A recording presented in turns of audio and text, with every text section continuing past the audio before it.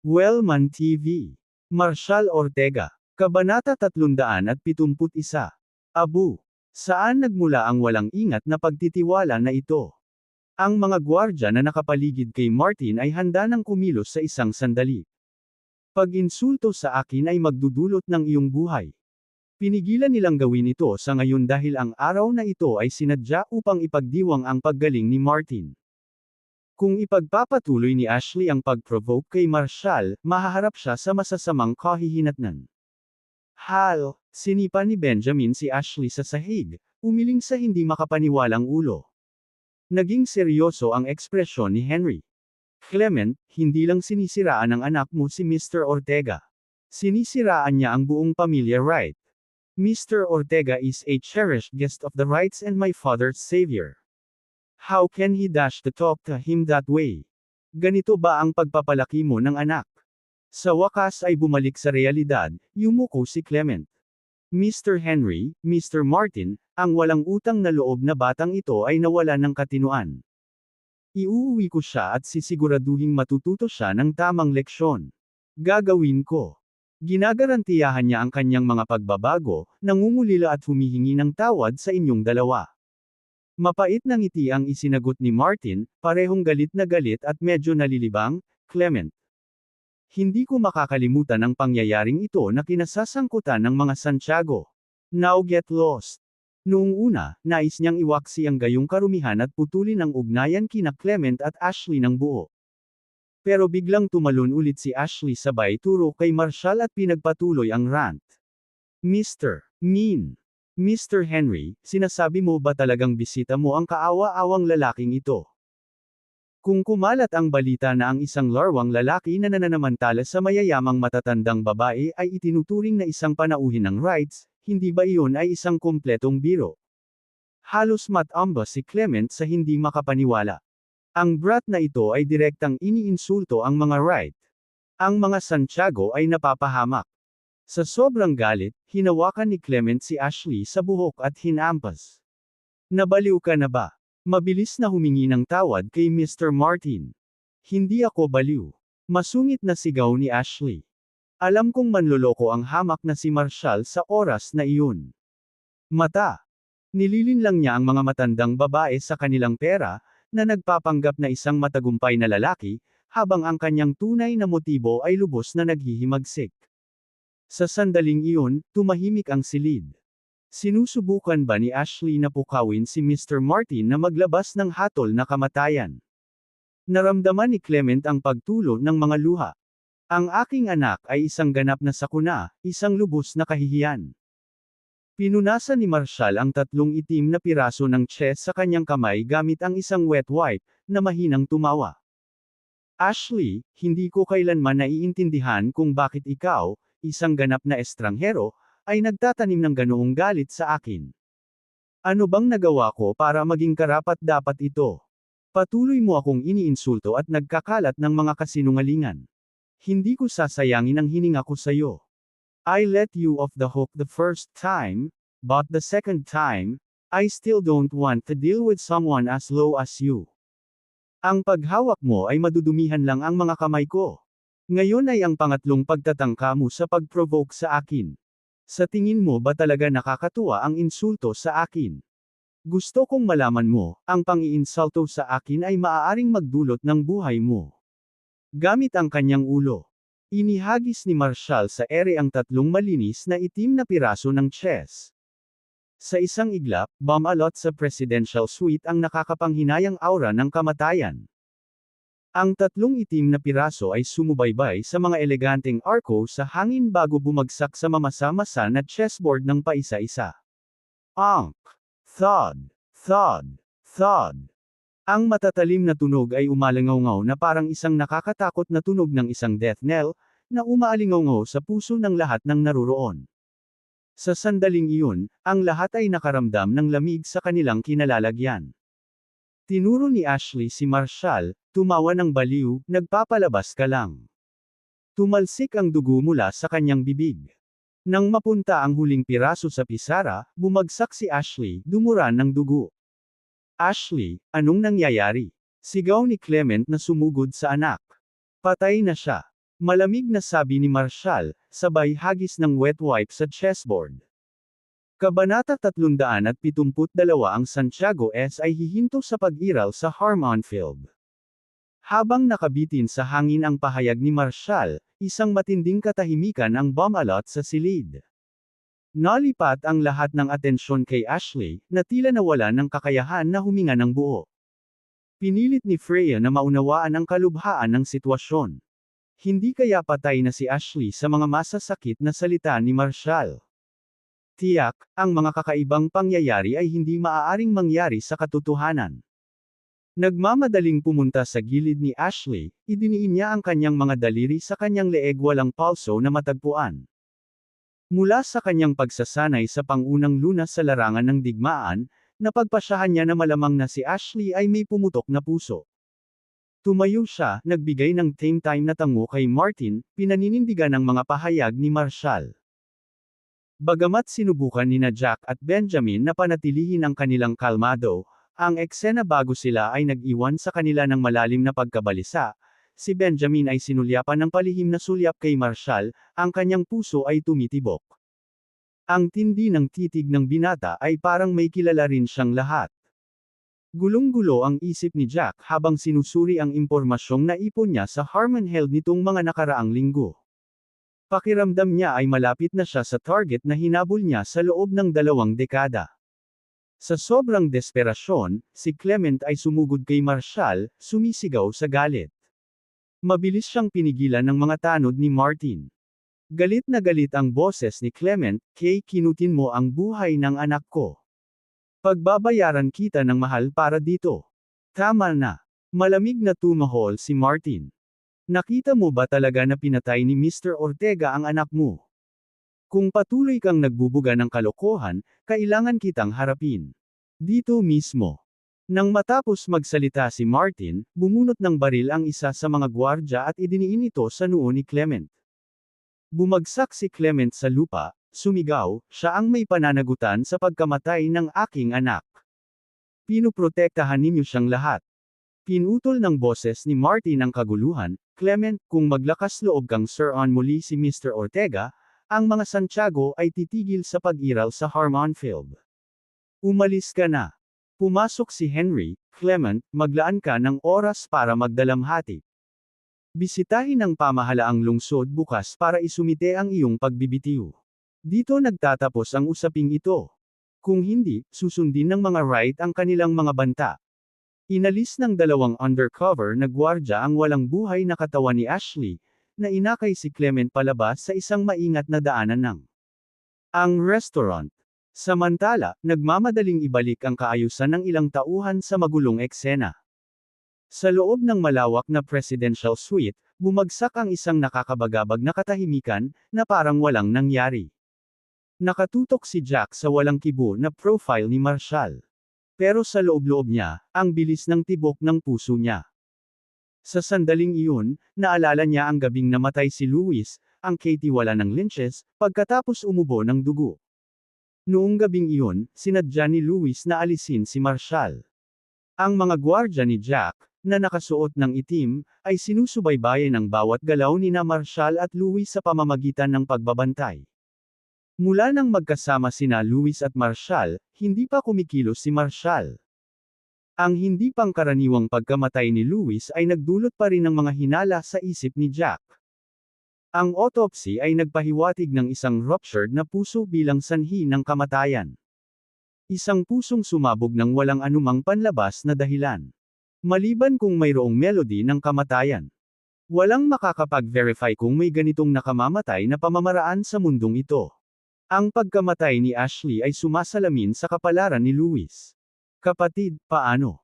Kung talagang responsable si Marshall, paano niya nagawang patayin si Ashley sa malayo?" Nag-isip si Jack, biglang naalala ang 3 piraso ng chess na inihagis ni Marshall sa hangin. Ang tunog kaya ng mga pirasong tumatama sa pisara ang naging sanhi ng pagkamatay ni Ashley. Ang paniwala na iyon ay tila malayo.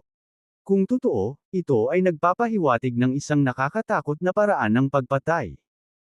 Kahit na ang Dragon Lord na minsan niyang pinaglingkuran ay hindi kailanman nagpakita ng gayong mga kakayahan. Sino ba talaga si Marshall? Habang si Jack ay nakikipagbuno sa kanyang pagkabigla, si Benjamin ay pantay na namangha. Naalala niyang nasaksihan niya ang katulad na eksena 20 taon na ang nakalilipas sa Dragonhold sa Mount Valurian. Noon, 3 matataas na gwardya ng Inspectorate ang namatay din dahil sa mga pusong nabasag. Matingkad niyang naalala ang mga detalye ng mga pagkamatay na iyon, na sumasalamin kay Ashley. Sa oras na iyon, inilibing ng Inspector Ate ang kaso. Bukod sa kanya at sa direktor noon, walang ibang nakakaalam sa totoong mga pangyayari sa paligid nitong pagkamatay ng mga bantay. Ang sikretong ito ay naging mabigat sa kanya sa loob ng 2 dekada. Ngayon, ang pagkakita sa isang katulad na eksena ay nagdulot ng panginginig sa kanyang gulugod. Talaga bang may maihahambing na paraan ng pagpatay sa mundong ito? Mr. Henry. Isang gwardya mula sa right ang nagsalita ng magalang mula sa labas ng presidential suite. May nangyari sa entrance ng hotel. Huminto si Henry, naiintriga. Anong nangyayari? Mr. Henry, 50 developer mula sa Eastvale Development Group ang humihiling ng agarang renegotiation ng kanilang mga kontrata sa pamumuhunan sa Dawn Group.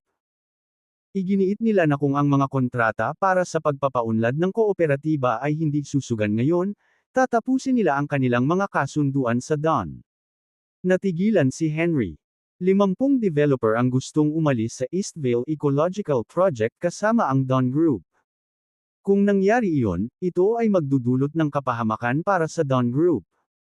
Bumaling kay Marshall, tinanong niya, Mer Ortega, alam mo ba ito? Tumango si Marshall. Ako nga. Mr. Ortega, anong course of action ang imumungkahi mo? Walang pagdadalawang isip na sagot ni Marshall, papiliin ang 50 investors ng 2 o 3 kinatawan na magkikita sa ikatlong palapag. Pag-uusapan natin ito sa hapunan. Tumango si Henry bilang pagsang-ayon. Sige, Mr. Ortega, aayusin ko na agad yan. Nilingon ni Marshall si Benjamin at sinabing, Mr. Shorts, tapusin na natin ang laro ngayon. Maaari tayong mag-schedule ng isa pang laban para mamaya. Benjamin managed a strained smile, clasping his hands together, Mr. Ortega, after today, I won't dare to claim mastery over chess again. Marshall responded with a nonchalant smile, Mr. Martin, let's go see what this developer's trying to do. Kabanata 373 may karapatan siya na ipagmalaki. Lumabas si Marshall sa presidential suite, kasama si Henry na naglalakad sa tabi niya. Sumunod si Freya ngunit biglang huminto, tumalikod para harapin sina Jack at Martin. Mr. Jack, Lolo, kailangan kong itanong, may kaugnayan ba kay Marshall ang pagkamatay ni Ashley? Bahagyang tumango si Jack. Medyo konektado. Natigilan si Freya, nanlaki ang mga mata sa gulat. Are you implying na pinatay ni Marshall si Ashley? Umiling si Jack. Paano mo nasabi? Nakita mo bang may ginawa si Marshall? Kumunot ang noo ni Freya, tumugon, hindi, wala man lang akong nakita. That's precisely the point, malamig na sabi ni Jack. When I say Ashley's death has connection to Marshall, it's because his own jealousy and envy toward the Marshall consumed him. His fury led to his heart failing. Nangyari na ito noong nakaraan. May mga makasaysayang figure na naiulat na namamatay.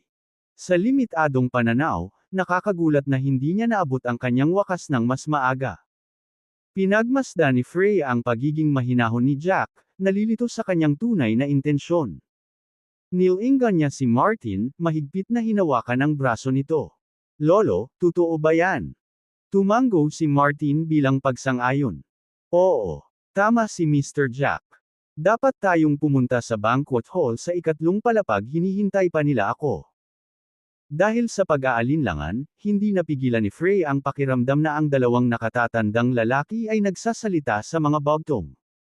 Napagtanto na ang mga karagdagang tanong ay haantong sa walang sagot, nagpasya siyang umalis. Mr. Shorts, sandali, sumingit si Jack, humakbang sa harapan niya. Tumangala si Benjamin, nagulat. General Grayson, may tanong ka ba? Mr. Shorts, gusto kong malaman ang opinyon mo kay Marshall at sa sitwasyong ito. Pilit nang umiti si Benjamin. Pambihira ang binata. Kahit 20 years pa akong mag-practice ng Go, hindi ako lalapit sa level niya. Medyo nahihiya ako. Kung hindi ako nakipaglaro sa kanya ngayon, panghabang buhay na itong panghihinayang. Wala akong ideya na mayroon kaming napakagandang Go dito sa Draconia. Umiling si Jack. Mr. Shorts, hindi iyon ang ibig kong sabihin, hinihingi ko ang iyong saloobin kay Marshall bilang isang tao.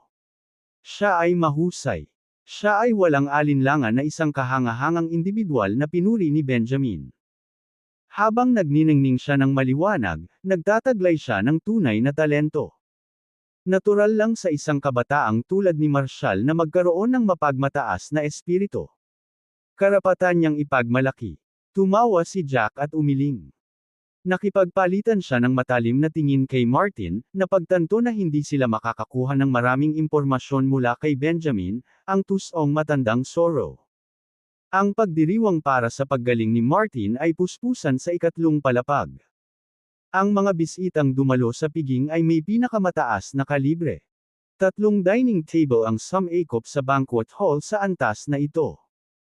Ang isang mesa ay napuno ng pinakamayayamang individual mula sa Brookhaven, kabilang si Homer Lander, ang presidente ng Lander Realty Group.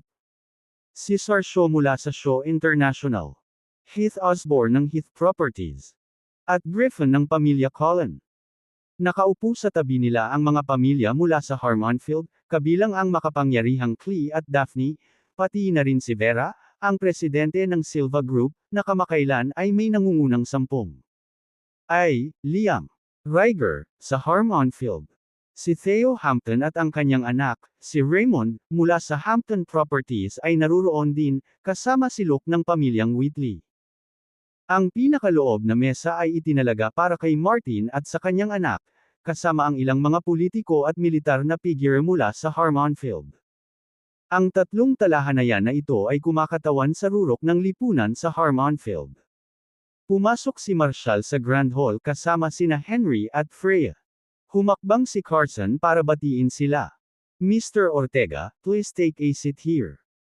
Inanyayahan si Marshall na sumali sa mesa kasama ang mga kilalang personalidad sa politika at militar mula sa Harmonfield, na agad na nakakuha ng atensyon ng lahat ng mga bisita. Para sa kanila, ang sinumang nakatanggap ng ganoong karangalan mula sa right ay dapat magkaroon ng isang hindi kapani-paniwalang makapangyarihang background. Ang mga pinuno ng mga pamilya ni Brookhaven, bawat isa ay nagkakahalaga ng bilyon-bilyon, ay hindi man lang itinuring na karapat-dapat na umupo sa mesa ni Martin. Ang pag-upo ng binata sa upuang iyon ay nagbunsod sa kanila na mag-isip tungkol sa background ni Marshall. Saang kilalang pamilya sa Brighton siya nabibilang? Hindi ako sigurado. Wala pa akong narinig na anumang makabuluhang pamilya sa Harmonfield na may tagapagmana na tulad niya. Tingnan mo ang matandang Mr. Wright, Mr. Shorts, at General Grayson. Lahat sila ay tila pinapahalagahan ng binatang ito. Sa ganitong atmosphere, dapat galing siya sa extraordinary family. Magpakilala tayo mamaya. Sa hapag ng pamilya Harmonfield, sina Trinity at Liam ay parehong nataranta sa eksenang naganap. Inakala nilang hindi papayagan si Marshall na pumasok sa banquet hall, ngunit hindi lamang siya nakapasok, ngunit siya ay nakaupo sa pinakaprestihiyosong posisyon. Gitling. Ang mas ikinagulat nila ay pagkaraang pumalit sa kanya, hinayla ni Martin si Marshall palapit para maupo sa tabi niya. Kasama sina Benjamin at Jack sa kabilang side. Ang ganitong palabas ay hindi maiwasang nagdulot ng haka-haka sa mga dumalo. Sino si Marshall, at anong kahangahangang background ang taglay niya para maupo sa tabi ni Old Mr. Wright, General Grayson, at Mr. Shorts? Sa isang iglap, 12-dosenang mga mata sa bulwagan ng banquet sa ikatlong palapag ang napatitig sa gwapong binata na ito, sinusubukang i-decipher ang kanyang pagkakakilanlan. Habang si Martin at ang iba pa ay nanirahan, ang mga gwardya ng Wright ay nag-escort ng 2 middle-ass. Lugar ng pagtanggap. Mangyaring maghintay dito sandali. Lumapit si Henry sa reception area matapos marinig ang ulat ng mga gwardya. Ang ikatlong palapag. Bakit kayo 50 developer na nagdudulot ng eksena sa pagdiriwang ng aking pamilya, na humihiling na lutisin ang inyong mga hindi pagkakaunawaan sa kontrata sa mga dons? Sinisikap mo bang? Kabanata 374 ang Dons hinamon ng 50 developer. Dalawang kinatawan mula sa mga developer ng kooperatiba na kasangkot sa Eastvale Ecological Project ang tumayo sa harap ni Henry, Gideon Joss mula sa Southern Horizon Development at Cormac Hale mula sa Cormac Constructions. Nang mapansin ang tensyon sa boses ni Henry at ang nakatagong pagbabante sa kanyang mga salita, mabilis silang tumayo. Mr. Henry, may mga importanteng bagay tayong dapat pag-usapan, simula ni Gideon, panay ang boses pero apurado. Kung hindi namin dadalhin ang isyong ito sa piging ni Mr. Martin, nagdududa kami na ang mga Dons ay makikipag-ugnayan sa amin sa anumang paraan. Nagdilim ang ekspresyon ni Henry. Anong isyo ang tinutukoy mo? Agad na sumagot si Gideon, lahat kaming 50 na developer na kasangkot sa Eastvale Ecological Project ay lubos na naniniwala na ang kontrata na nilagdaan namin sa mga Dons ay ganap na pandaraya at pinilit. Sa makatuwid, iginigiit namin na ang Dons ay muling makipag-ayos at pumirma ng isang bagong kontrata, na nagpapahintulot sa amin na pumili ng mga proyekto sa pamumuhunan na naiiba sa mga orihinal na nakabalangkas. Sinenyasan sila ni Henry na maupo na. Mula sa aking natipon, ang unang kontrata ng partnership sa pagitan ng mga Dons at U ay itinatag alinsunod sa pangkalahatang balangkas na itinakda ng Economic Development Planning Department ng lungsod para sa Eastvale area. Gers was Koanihan at ang Don Group ay nagsumite ng iyong kontrata sa pakikipagsosyo sa pamahalaan ng lungsod para sa pag-iingat ng record. Pagkatapos suriin ng mga nauugnay na departamento ng lungsod, ang lahat ay itinuturing na katanggap-tanggap. Walang pundasyon para sa iyong mga akusasyon ng contractual na pandaraya o anumang mga paglabag sa mga alituntunin sa pagpaplano ng lungsod. Bakit ka gumagawa ng gulo ng walang dahilan? Bukod pa rito, noong una kang nakipagsosyo sa Don Group, wala kang ibinangon na alalahanin. Nagtatrabaho ka na sa proyekto ng Eastvale sa loob ng 3 buwan, kung saan ang parehong partido ay namuhunan ng malaking pondo. Hindi lamang kayo nag-ambag ng malaking kapital, ngunit ang Don Group ay namuhunan din ng malaki sa proyekto ng Eastvale. Ang pamahalaang lungsod at iba't ibang institusyong pinansyal ay nagbigay ng malaking suporta. Ano ang ipinahihiwatig ng iyong biglaang pag-aalsa bilang isang grupo ng 50 developer? Hinahamon mo ba ang lungsod? Mga direktiba sa pagpaplano ng lungsod ng gobyerno. Pilit na ngumiti si Gideon, ang pangulo ng Southern Horizon Development. Mr. Henry, tama ka sa pagpuna sa iyong autoridad sa Harmonfield at sa itinatag na mga plano ng pamahalaang lungsod. Gayunpaman, ang katotohanan ay mas komplikado kaysa sa malinis na mga talahanayan at mga chart ng Departamento ng Pagpaplano at ang Economic Development Bureau ay gumagawa. Ang merkado ay patuloy na umuunlad, at bilang mga developer, ang aming layunin ay tubo, kaya naman nakipagsosyo kami sa Dons.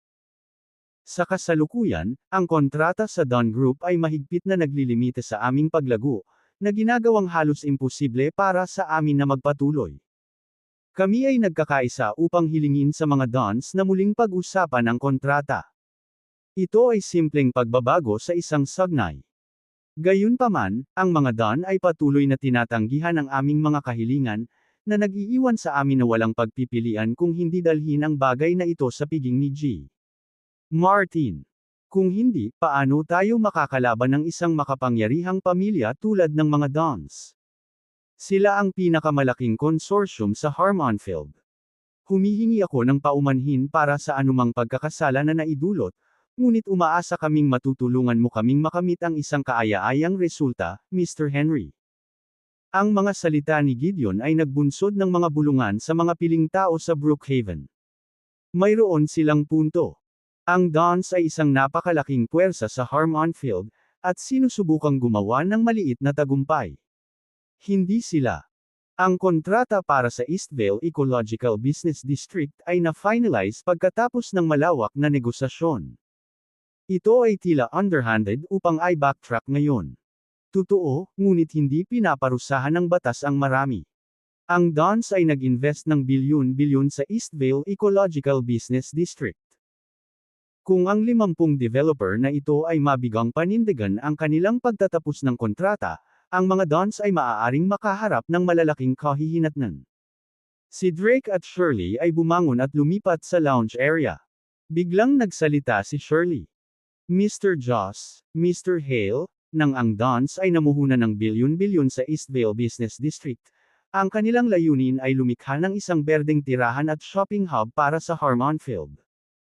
Ang pangkalahatang plano para sa business district ay idinisenyo upang makinabang ang mga tao ng Harmonfield at ganap na sumunod sa mga kinakailangan ng pamahalaang lungsod. Noong una mong makita ang Eastvale Business District bilang isang magandang pagkakataon, sabik kang makipagsosyo sa mga dons at makibahagi sa yaman na iyon.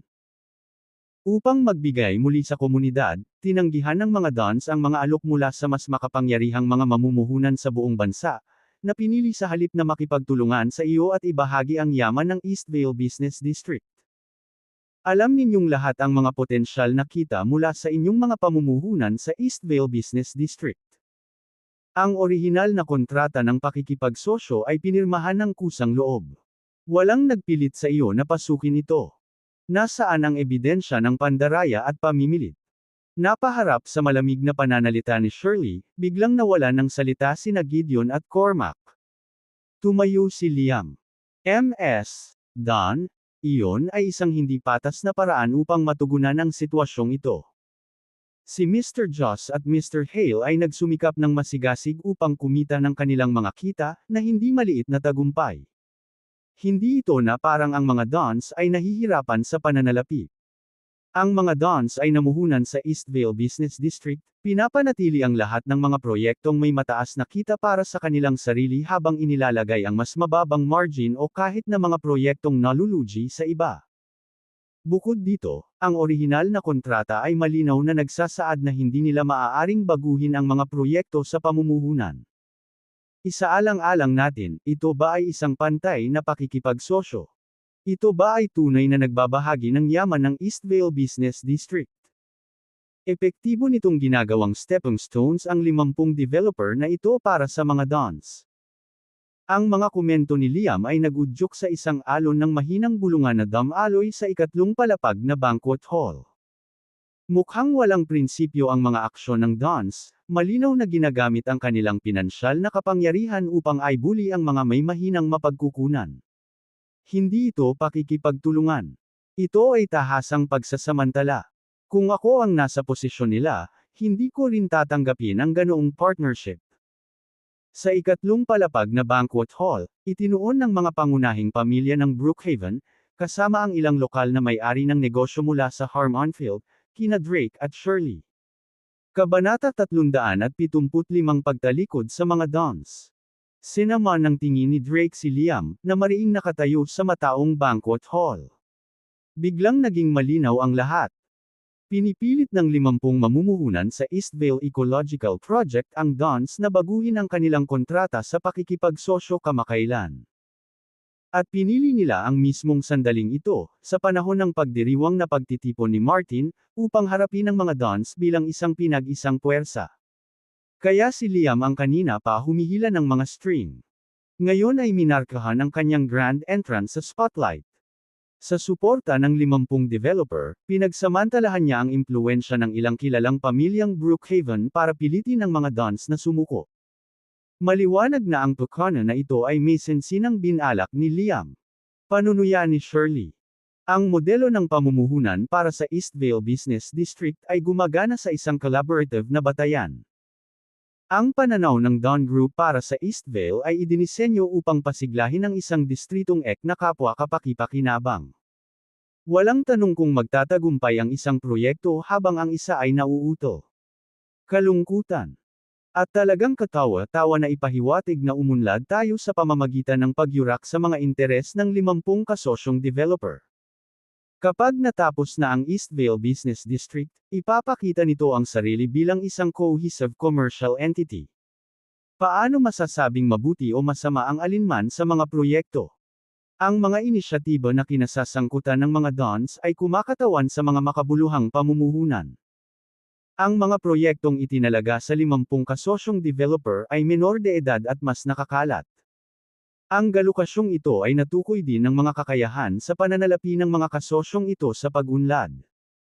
Mr. Joss, Mr. Hale, maaari bang pangasiwaan ng iyong mga kumpanya ang mga uri ng mga proyektong ginagawa ng mga Dons?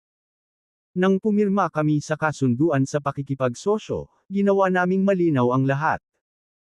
Ngayon, ang biglang humingi ng mga pagbabago sa kasunduang ito, hindi mo ba nakikita kung gaano ito kabalintunaan? Lahat kayo ay nasa hustong gulang at mga pinuno sa inyong mga larangan. Medyo nakakadismaya na masaksihan ang gayong hindi pagkakapare-pareho. Nasaan ang inyong dedikasyon sa asensya ng kontrata? Agad na bumangon sina Gideon at Cormac mula sa sofa, sa kawalan ng salita. Napangiti si Liam. Shirley, ang dami mong naipakitang magagandang ideya na parang nakakahimok. Haha. Ang totoo, natatakot ka na baka masayang ang daan-daang bilyon na namuhunan ng mga Don. Gusto mong sagutin ng iba ang mga gastos sa mga pakikipagsapalaran ng mga Duans. Masyado mo itong kinalkala. Kasama niyan. Naglakad si Liam papunta sa table kung saan nakaupo si Martin. Mga kababaihan at mga ginoo, handang isakripisyo ng mga Dons ang mga interes ng maraming negosyo para sa kanilang sariling kapakinabangan. Ang ganitong mga monopolistikong gawi ay malamang na magtutulak sa maraming maliliit na negosyo sa bingit ng pagkalipol. Kung magpapatuloy ang kalakaran na ito, magdudulot ito ng malubhang pinsala sa pangkalahatang paglago ng ekonomiya ng merkado ng Harmonfield. Naniniwala ako na si Mr. Joss, Mr. Hale, at ang iba pang 50 may-ari ng negosyo ay may bawat karapatan na humiling ng mga pagbabago sa mga tuntunin ng proyekto sa pamumuhunan sa aming kontrata sa pakikipagsosyo. Ngayon, sa piging ni G. Martin, alamin natin kung pantay ang alokasyon ng resources nitong Eastvale Development Group. Hindi namin maaaring payagan ang mga Dons na itago ang lahat ng mga kita mula sa Harmonfield habang iniiwan ang iba na walang-wala, kahit na ang mga scrap. Sa mga Dons na humahawak sa ekonomiya ng Harmonfield, paano umunlad ang mas maliit na bus? Nanatiling tahimik sina Martin, Henry, Carson, at iba pa. Lumingon si Liam sa mga maimpluwensyang pamilya na nakaupo sa mesa ni Brookhaven. Kayo ang nangungunang kinatawan ng ekonomiya ng Brookhaven, ang gulugod ng ating lalawigan. Mula sa iyong kinatatayuan, hindi ba ang diskarte ng mga Dons ay tila labis na nangingibabaw, sukdulan, at hindi makatarungan? Mr. Joss at Mr. Hale ay nagtataguyod para sa kanilang mga kabuhayan. Sila ay nakipaglaban ng husto upang manatiling nakalutang, kaya't sila ay nagkakaisa upang humingi ng ilang mga pakinabang mula sa mga Don. Mali ba iyon? Just for a minor adjustment to the categorization of investment projects in Eastvale, why must the Dons insist that they invest in only one kind of project? Hindi ba overly authoritarian ang kontratang iyon? Ang mga pinuno ng kilalang pamilyang Brookhaven ay tumango bilang pagsang-ayon. Tama si Mr. Liam. Habang kumikita ang mga Dons, hindi nila maaaring baliwalain ang pangangailangan ng iba. Dapat tayong lahat ay makibahagi sa mga benepisyo. Hindi mo maaaring monopolyo ang ilang mga mapagkukunan at tanggihan ang iba ng anumang mga pagkakataon. Hindi madaling gawain para sa mga taong tulad ni na Mr. Joss at Mr. Hale na magpatakbo ng isang negosyo. Ang maliit na kita na kanilang kinikita ay pinaghirapan. Ang mga Dons ay napakalaki. Bakit kailangan nilang maging walang awa? Maging bukas palad, baguhin ang kontrata, at payagan ang maliliit na negosyong ito na kumita ng kaunti. Hindi lahat ng dolyar ay dapat damaloy sa kaban ng Dons. Umalangaw-ngaw ang alo ng mga boses bilang pagsuporta sa pambabatikos ni Liam kina Shirley at Drake. Malinaw na naging sentro sila ng paghamak sa banquet hall sa ikatlong palapag. Ngumisi si Shirley. Ang iyong mga motibo ay maliwanag sa lahat. Liam, mula nang makuha namin ang mga karapatan sa pagpapaunlad para sa Eastvale Ecological Project, pinaplano mo na ang aming pagbagsak. Nang hinahangad naming balansehin ang mga interes sa loob ng Eastvale Business District, kusang loob naming ibinahagi ang isang bahagi ng mga karapatan sa pagpapaunlad sa mga pangunahing grupo ng pananalapi sa Harmonfield. Nakinabang din iyon ang iyong pamilya. Ang bahaging binuo ng mga Dons ay pagkatapos ay ipinamahagi sa iba't ibang mga developer ng pamumuhunan, kabilang sina Mr. Joss at Mr. Hale, na nagpapahintulot sa kanila na makibahagi sa hinaharap na kita ng Eastvale Ecological Project. At gayunpaman, patuloy mong hinahalo ang palayok sa likod ng mga eksena. Kahit na nag-aalok ang mga dons ng malaking bahagi ng mga kita, nag-uudyok ka pa rin ng salungatan. Liam, medyo walang prinsipyo ang mga taktika mo sa negosyo. Isang malamig na sulyap ang ginawa ni Shirley kina Gideon at Cormac. At kayong dalawa. Naaalala mo ba kung gaano mo kasabik na kunin ang iyong bahagi bago natapos ang kontrata? Binigyan ka ng mga dons ng masaganang pagkakataon, ngunit naniwala ka sa malisyosong retorika ni Liam at tumalikod sa amin. Malaki ang naitulong namin sa iyo, at ngayon ay lumalaban ka sa mga don. Talagang natutunan namin ang aming aralin.